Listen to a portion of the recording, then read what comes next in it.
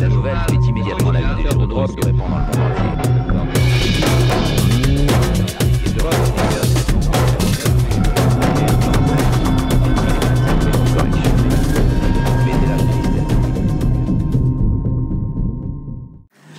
Bon, Xavier Hofer est journaliste, ou au moins il l'a été, il ne l'est plus maintenant, il est universitaire, il est criminologue, il est professeur à Paris 2, et il va nous parler de la mondialisation des mafias.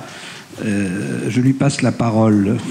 Merci. Pour continuer un petit peu dans la direction qu'avait pris Pierre juste avant, il disait que c'était devenu plus difficile maintenant, la corruption en politique. Je ne le crois pas.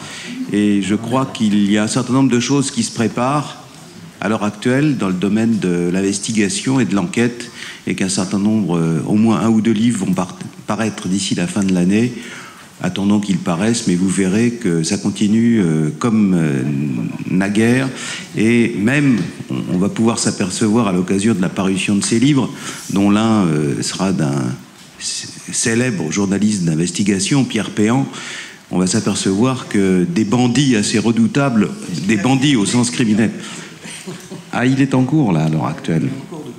Non, il s'y est mis il y a 6 mois, il est en train de le faire maintenant, et il sera terminé pour la fin de l'année, et il paraîtra, mais c'est un fusil à un coup, donc il faut bien préparer tout ça, et c'est en cours, et les progrès sont quotidiens, dirons-nous. On s'apercevra que des bandits assez redoutables, bandits au sens criminel du terme, rôdent encore tout près des dirigeants de la République française. Alors je vous laisse un petit peu, mais regardez Péan, les livres, d'ici la fin de l'année.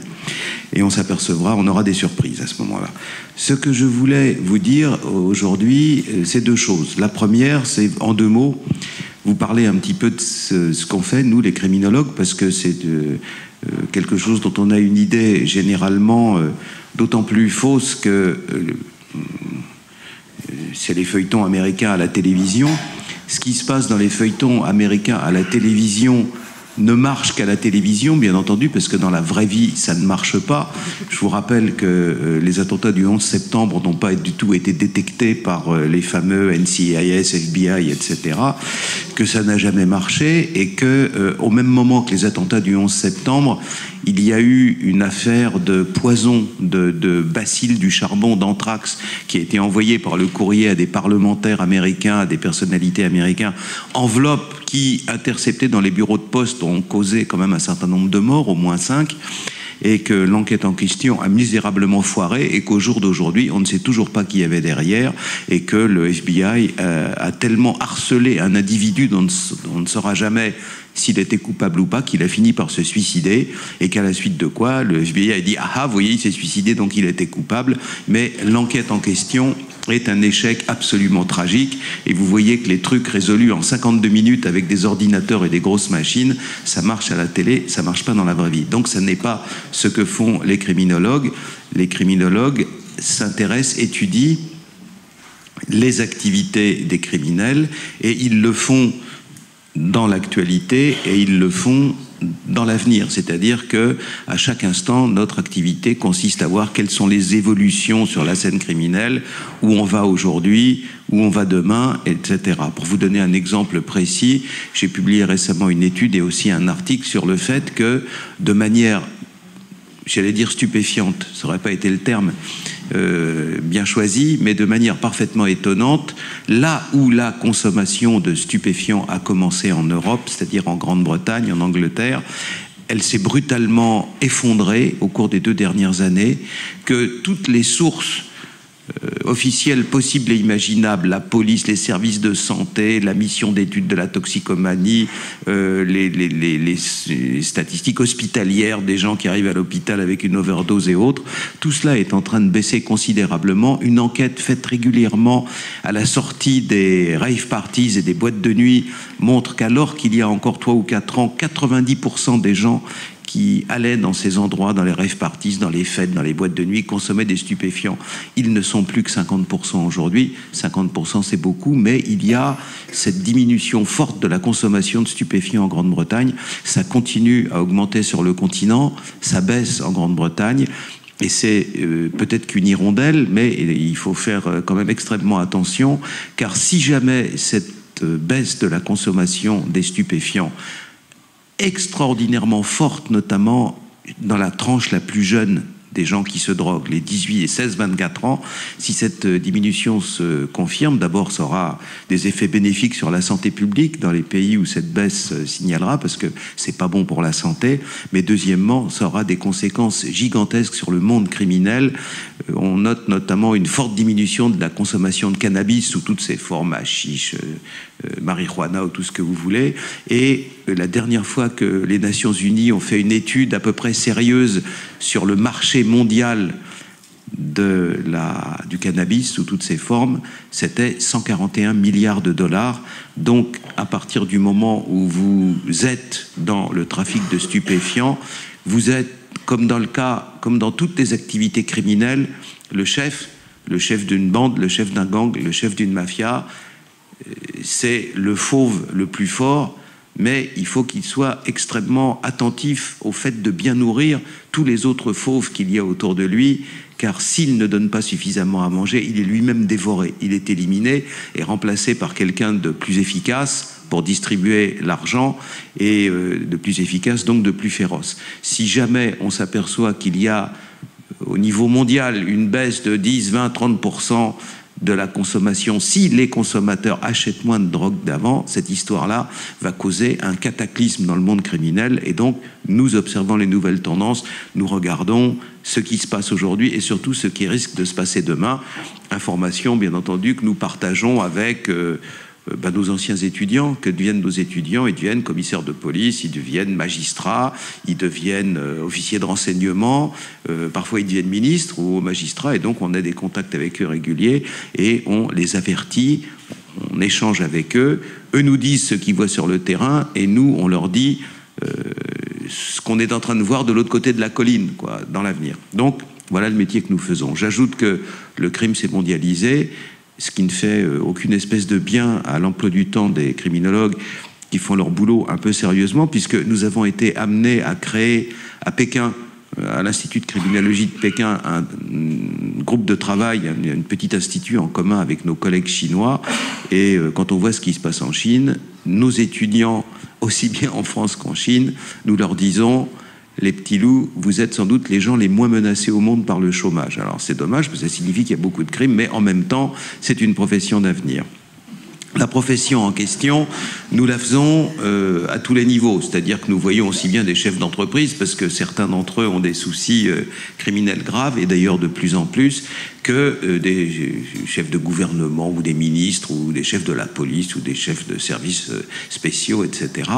Et ce que j'aurais voulu faire devant vous ce matin, dans la continuité de ce qui s'est dit dans la matinée, c'est de vous donner des cas concrets, des exemples concrets.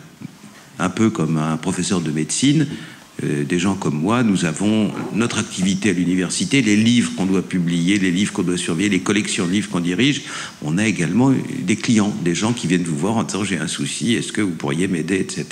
Et donc c'est dans le confessionnal, il n'est pas question de donner des noms d'individus ou des noms d'entreprises, mais quand même des cas concrets pris sur le terrain, et je les ai choisis dans un pays membre de l'Union européenne, tout proche de nous, l'Italie, dans les 10 années qui viennent, histoire de bien vous montrer que c'est pas du passé, ça continue encore aujourd'hui, et ça se passe sous nos yeux en ce moment même.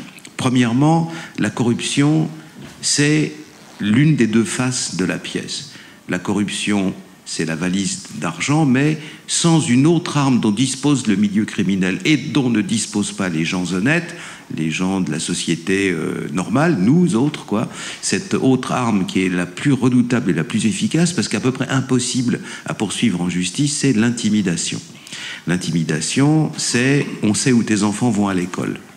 C'est toujours extrêmement subtil, c'est toujours bien fait, ça ne laisse pas de traces et on ne peut pas porter plainte. Alors, à propos de l'intimidation, un exemple concret, celui d'un magistrat italien que j'ai connu et qui un jour, 10 ans ou 12 ans de ça, a été nommé magistrat au pôle antimafia de Palerme. Il va donc être nommé en Sicile dans le groupe de magistrats qui combattent la mafia sicilienne, qui encore aujourd'hui est à peu près la Rolls-Royce de toutes les sociétés criminelles.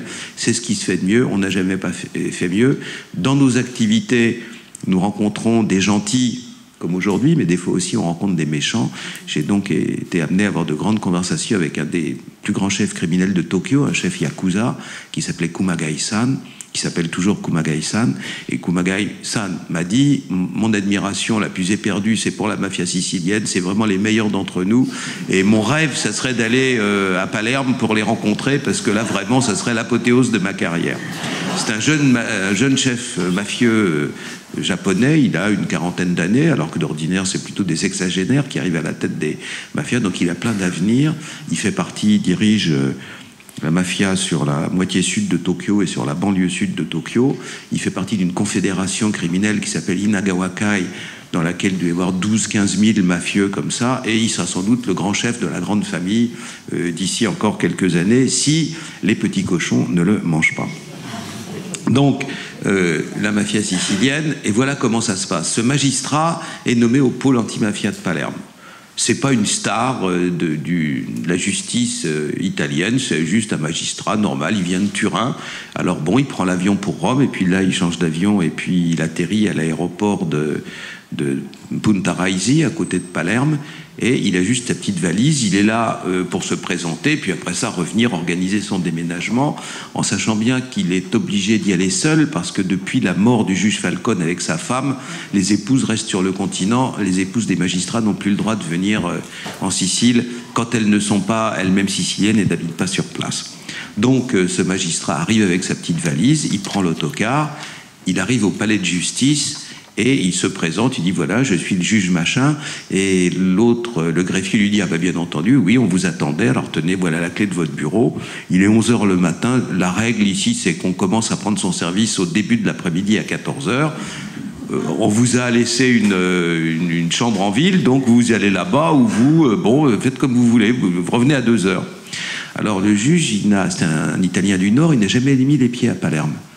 Donc il va se promener dans les rues, les mains dans les poches, il laisse sa valise chez le greffier, puis à un moment donné, il s'assied dans un bistrot, au hasard, prendre le café.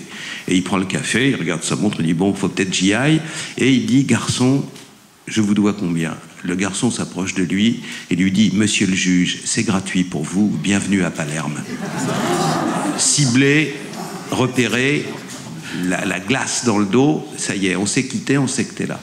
Que voulez-vous faire ? Imaginez qu'il y a un gardien de la paix au carrefour. Vous allez le voir, l'autre va dire « mais il est fou, je lui offre un café, il a une bonne tête, je l'appelle monsieur le juge, j'aurais aussi bien pu l'appeler docteur. Ah bah ça m'apprendra à être sympa, vous ne pouvez rien faire. Et cependant, vous êtes menacé de mort et vous savez que vous êtes menacé de mort. » L'intimidation, c'est ça. Donc ça, c'est la première histoire. Maintenant, la corruption, et bien plus encore. Il y a... je ne donnerai pas le nom, mais il y a en France, ça peut concerner deux sociétés, donc fatalement ça sera l'une et l'autre, il y a en France deux énormes sociétés qui s'occupent de l'eau, des déchets, des ordures, de machin, etc. Ah mais tant que c'est l'une des deux, ça ne me dérange pas. Ce qu'il faut, c'est pas identifier. Et l'une d'entre elles, voilà une dizaine d'années, décide d'acheter une filiale dans le sud de l'Italie. Là, ça n'est plus en Sicile, c'est à Naples. Les premières études montrent que le bilan de cette société napolitaine est très positif, que c'est une jolie boîte à acheter. Donc, au bout d'un moment, le PDG français, c'est lui qui me le raconte ultérieurement, se rend à Naples pour rencontrer son collègue italien qu'il va racheter. Déjeuner dans un des plus somptueux restaurants de Naples. Et le PDG français et son collègue, la bonne société du sud de l'Italie parle encore un français parfait, donc ça se déroule en français. Et donc, à un moment donné, après les amabilités, nous sommes tellement fiers, votre grand groupe, patin couffin, etc. Et à la fin, le PDG français dit, alors, cher ami, on va vous racheter, paraît-il. L'autre, il dit, ah bah oui, c'est bien. Et bon, alors, vous savez, il y a des formalités. Vous nous présentez la comptabilité. Réponse du PDG napolitain, laquelle voulez-vous ? un peu assombri, le Français dit « Je veux la comptabilité ». L'autre, il dit « Non, mais attendez, on est à Palerme, on est à Naples, ici, dites-moi ce que vous voulez, on vous fera comme vous voulez, et puis ça ira très bien comme ça. » Et l'autre lui dit « Mais il y a des contrôles ». Il dit « Sans problème, vous voulez KPMG, vous voulez Deloitte, vous voulez Pricewaterhouse, le maire de la ville consignera, le patron de la région, dites-moi ce que vous voulez. » Parfaitement sûr de lui. Et alors, ça continue comme ça, oui, pas de problème, là, écoutez, vous, on signe et puis c'est fini, tout est en ordre, c'est déjà arrangé. Et au bout d'un moment, le PDG français dit, mais vous êtes sûr que tout va bien? L'autre dit, bah oui, tout va bien, pourquoi, quel est le problème? Et le Français, un peu agacé quand même par le côté, même pas mal, tout va bien, etc., il dit, mais avec la mafia, c'est un bond en l'air, il le prend, il dit, venez avec moi. Ils sortent sur la terrasse où il n'y a personne, dans la salle de restaurant, bah, il y a d'autres tables, hein. C'est un restaurant de luxe, donc on n'est pas les uns contre les autres, mais il y a quand même des gens. Il lui dit, l'italien, là, il rigole plus du tout, il dit, monsieur, il y a des mots qu'on ne prononce pas ici, hein. On meurt si on prononce ces mots-là. Donc nous allons entrer dans la salle, et à voix haute, vous allez me dire, et avec la famille, comment ça va? Alors il rentre, l'autre un peu, bon, très bien, et il rentre et dit, et avec la famille, comment ça va? L'autre dit, mais admirablement bien, ce sont des gens sympathiques, vous savez, très efficaces. Bien entendu, il y a des œuvres sociales, donc nous cotisons, mais tout va bien. Et à la fin, ils en arrivent à parler de l'objet même de la conversation, de ce que fait la boîte en question. La boîte en question, j'identifie pas, donc elle peut faire de l'énergie, auquel cas c'est le prix du kilowattheure, elle peut faire de la flotte, auquel cas c'est le prix du mètre cube. Et le PDG français dit à son collègue, ah, vous savez, moi, le métier que vous faites, je l'ai fait pendant 15 ans, c'est passionnant, et combien vous vendez la quantité X de matières premières? Alors l'autre dit, on vend, disons, 2 centimes le mètre cube. L'autre dit, mais attendez, 2 centimes le mètre cube, vous vous rendez compte comment vous faites pour y arriver? Et le PDG italien, toujours, mais pareil, tout va bien. Il dit, mais attendez, vous voulez 2 centimes, ça vous convient pas? Vous voulez qu'on mette 2 euros, 20 euros? Et le PDG français dit, mais attendez, si on passe brutalement le kilowattheure de 0,2 centimes à 20 euros, il va y avoir une émeute. Et à ce moment-là, le PDG italien se rend compte que le français n'a pas compris. Il tend la main. Un enfant à qui on dit, on va lui apprendre que le Père Noël n'existe pas, vous voyez ce genre de geste là comme ça, et il lui dit, mais cher ami, ça n'est pas grave, ça ne sont pas les gens qui payent. Et à ce moment-là, le PDG français se rend compte, c'est toute la ville de Naples et une partie de la banlieue, qui a une monstrueuse opération de blanchiment par milliards d'euros, et que les habitants des bidonvilles à côté de Naples ont juste jamais payé les compteurs, les machins, tout ça c'est du pipeau, et que c'est pas du tout comme ça que ça se passe. Et il rentre à Paris, il me dit, ah bah dis donc, il m'en est arrivé une belle, et il me raconte toute l'histoire. Puis 6 mois après, je lui dis, qu'est-ce que t'as fait? Il me dit, bah attends, le président italien du conseil nous envoyait une jolie lettre, le président de la région, on avait la comptabilité de KPMG, de machin, etc. Et il dit, bah je les achète, hein. Moi tout le monde, l'Union européenne, Bruxelles, tout le monde est d'accord, j'achète. Et donc il les achète, et depuis, il m'a dit une chose. Il a 2 trucs un peu rock'n'roll dans sa corbeille. Il a un énorme marché avec Bogota en Colombie, et il a Naples. Eh bien, dans les 2 cas, les royalties que doivent payer les filiales, les quotes-parts, etc., le 30 décembre, comme une horloge, c'est eux qui payent le mieux. Voilà. Donc, ça se passe dans l'Union européenne, ça se passe aujourd'hui, et puis tout le monde est impliqué, depuis Naples jusqu'à Bruxelles, en passant par le président du Conseil italien, etc. Tout ça va très bien à tout le monde. Le 3e exemple, c'est quelque chose de différent, c'est une notation d'ambiance. Un peu, beaucoup plus, là on était dans la macroéconomie, on va redescendre au micro. Mais pour vous donner une idée de ce que c'est que le contrôle du terrain, on n'a pas ça chez nous en France, ça n'existe pas. Mais les pays où il y a des mafias, l'Albanie, le sud de l'Italie où il y en a 3 ou 4, le Japon, la Chine, c'est comme ça que ça se passe. Hong Kong, c'est comme ça que ça se passe. Une fois, je fais une émission à Europe, avec Jacques Pradel, et puis à la fin de l'émission, il y a l'assistante de Pradel qui me dit, il y a un monsieur qui veut vous parler au téléphone. Alors je prends au téléphone un monsieur qui me dit, ah là, j'étais dans ma voiture, je vous ai écouté, vous savez, ce que vous avez dit, bah, c'est pire encore, parce que moi, il vient de m'en arriver une incroyable. Et ce monsieur n'est pas du tout dans le même business que moi, où il est journaliste dans un journal d'énologie. Il est journaliste, disons, à 20 de France ou un journal comme ça. Et je le rencontre, je prends un café avec lui, il me raconte ce qui vient de lui arriver. Il a été envoyé en reportage en Sicile. il y a des vins en Sicile qui poussent un peu à la sieste, mais qui sont bons, hein, et donc il a été faire une enquête là-bas, et la zone viticole en Sicile, c'est l'ouest de l'île, c'est l'épicentre mafieux. Corleone, Trapani, toute la région, Castellamarena et le Golfo, tout l'épicentre mafieux à l'ouest de l'île, c'est là où il y a les vignobles.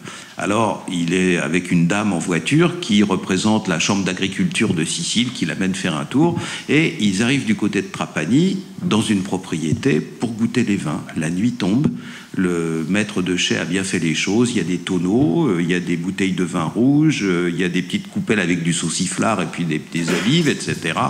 Le maire de la petite ville est venu, le patron du crédit agricole local, le curé, bon, une soirée, tout le monde rigole, tout le monde... Ça se passe il y a 3 ans, hein, 4 ans, c'est pas en l'an 1000. Hein.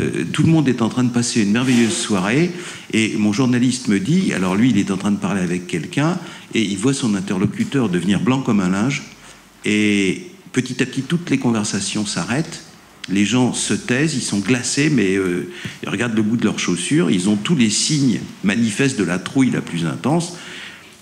Le journaliste se retourne, et à l'entrée, là, sortant de la nuit est tombée dans l'espèce de véranda où ils sont en train de faire leur petite fête, là, il y a un papy qui vient d'arriver, qui a genre 72-73 ans. Il est en chemise, en pantalon, en espadrille, quoi, ouvrier agricole de base. Et les gens sont manifestement terrifiés. Alors, il arrive jusqu'au maître de chai, il lui fait un compliment fleuri en italo-sicilien, un dialecte sicilien, proche de l'italien. Et il lui dit ah, quel délice, j'étais simplement venu vous dire bonsoir. Un vieil homme comme moi doit se coucher ce bonne heure, je vous souhaite une bonne soirée.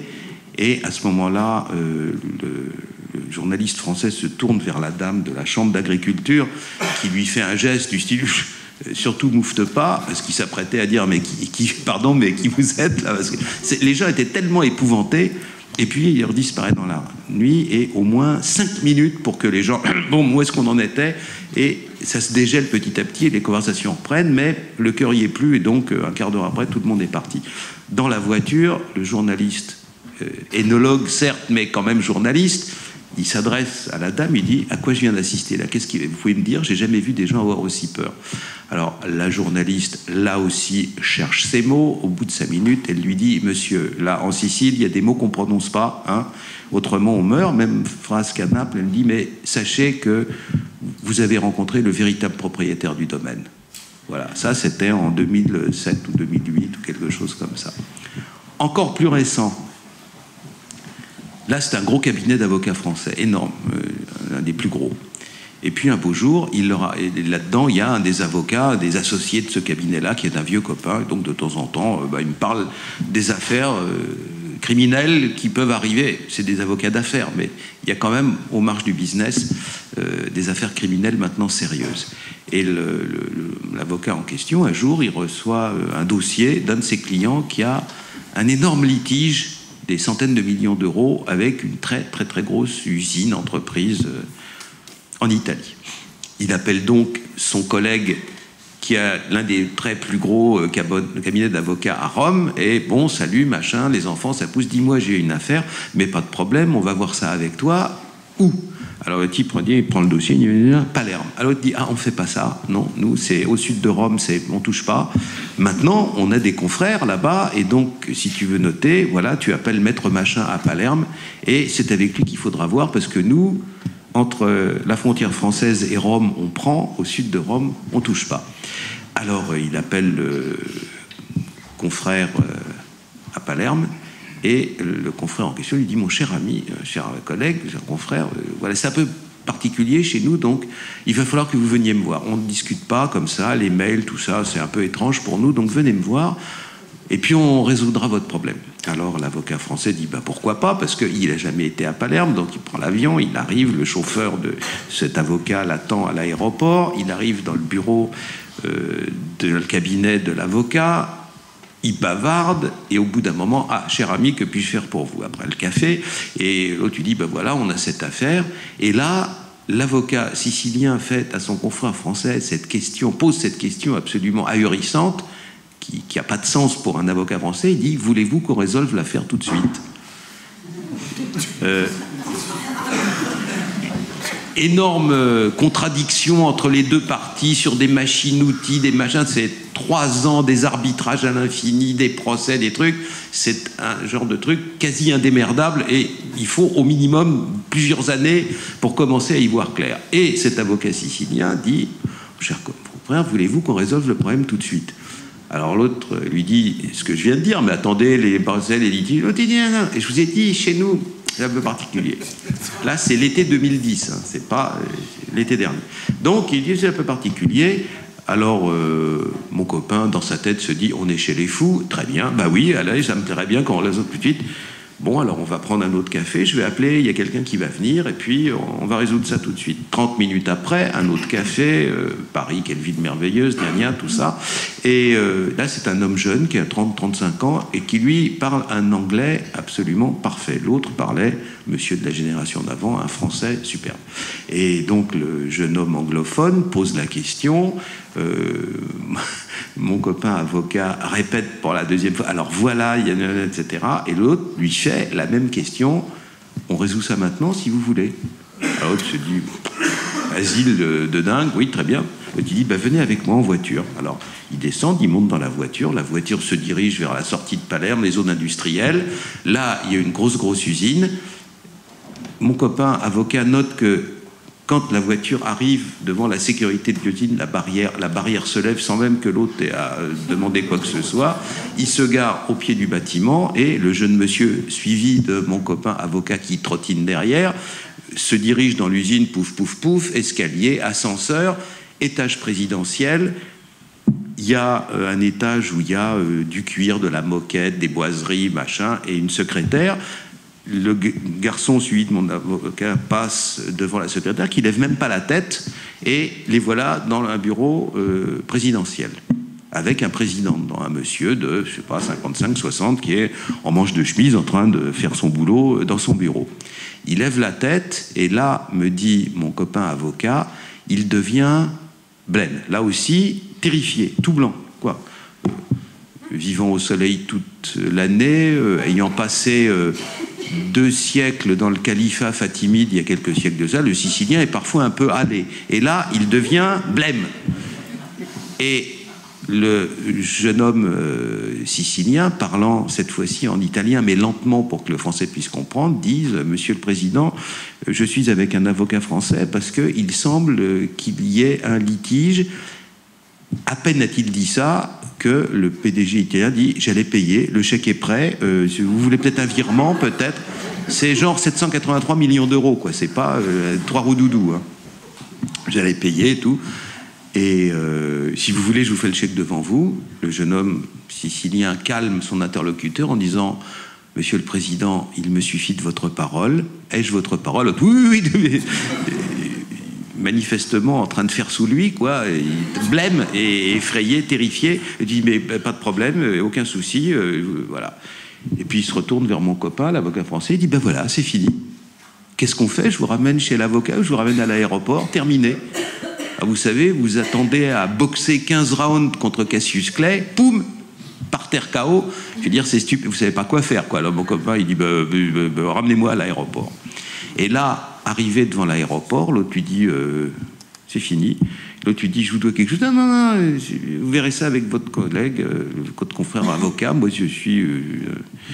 Et puis, au dernier moment de partir, quand même, on ne peut pas se déclarer soi-même comme mafieux en Sicile, parce qu'on meurt, on n'a pas le droit. On peut parler qu'à un autre mafieux de son appartenance à la mafia. Devant les civils, on n'a pas le droit de le dire.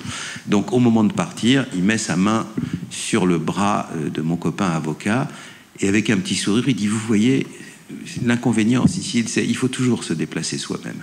Maître, bon retour, rentrez chez vous. L'autre s'est retrouvé à Paris, et à la suite de quoi, il a reçu, une semaine après, une facture de son confrère sicilien de 1212 € et 23 centimes avec la TVA, et fin du coup. Alors, analyse, la famille mafieuse qui contrôlait l'usine n'avait pas envie d'une carabistouille avec arbitrage internationaux, des gens venant mettre le nez dans les comptes et des trucs, des horreurs pareilles. Et donc, le type s'était déplacé et il avait fait comprendre qu'il fallait plus jouer maintenant, qu'il fallait payer, même si les machines, on se débrouillerait après avec les machines, mais qu'il fallait payer. Voilà. Dans l'Union européenne d'aujourd'hui, des choses qui se passent constamment, et pas uniquement l'affaiblissement à l'heure actuelle, la disparition totale de l'État belge. Vous savez, la plaisanterie, quelle est la plus grande ONG du monde? Ben, c'est la Belgique. Oui, voilà, donc tout le monde fait le malin en disant « Ah, vous voyez, ça marche sans État ». Ça n'est pas vrai. À l'heure actuelle, les pouvoirs fonctionnant en Belgique sont locaux, et quand il y a un pouvoir local qui fonctionne et qu'il n'a personne pour jeter un œil au-dessus, vous avez à l'heure actuelle des pans entiers de la Belgique qui sont rachetés par des mafieux, ou russes, ou italiens et tout. Il y a une grosse migration italienne, et notamment sicilienne, dans la région des mines en Belgique. Dans la région, il y avait des mines de charbon. Alors il y avait des travailleurs qui venaient, donc ils sont restés, ils ont des contacts avec le pays.